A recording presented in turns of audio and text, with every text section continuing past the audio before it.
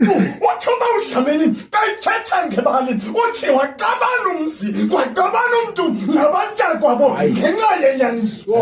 Wengwevu awumadoda kodwa benzedlula loo ndawo mntaka Dlamini. haleluya ayisifo Ngephisihloko lendawo ndithi bakho abamele kukuhlala emicimbini yekhaya.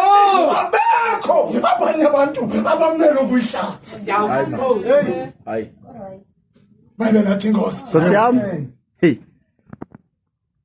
Umfo kaYosefu eyona nto ndiyithandayo ngenxa yentoba ngumntana enyaniso akajikanga ngenxa yohlukunyezwa. ehlala enyanzini kunjalo nje bazalwana bethu sekunjalo akayixelela ngamntu into eyenziwe ngabantakwabo. Walinda ixesha elirayithi, walinda ixesha elilungileyo ngoba ubungozi mntaka Dlamini wakwenzakaliswa ngumntakwenu kuqalela owesithathu. hayi dubadubele Epheletsha amabandla bazalwana bethu ukwesithathu. kuyathatha Wena nathi Nkosi. baba uYosefu akayixelelanga nto, walinda ixesha elirayithi. Bayibonke bazalwana bethu, ithi incwadi eBhayibhile xa selifikile ixesha elirayithi mntaka Dlamini yathi incwadi eBhayibhile bakhupheleni ngaphandle kwethu. Bayibonke Nkosi, bakhupheleni ngaphandle ngoba kuzawuthethwa into zekhaya. awumadoda Bayibonke Nkosi. Ubuya uzakantekwabo uzozazisa bazalwana bethu.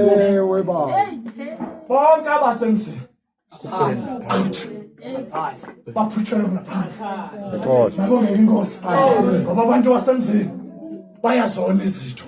azawudunga Bayibonke Inkosi abantu basemzini bayingozi. Bayibonke abazalwana bethu. Bawudlamini andifuna ushumayela ubona nje Ewe bawo. kodwa bakhuphele ngaphandle. Ukuze kulunge phakathi kwethu bazalwana bethu izinto esizenziwa ngabantu singaziqaleli abanye abantu kodwa masisilungise apha ekhaya.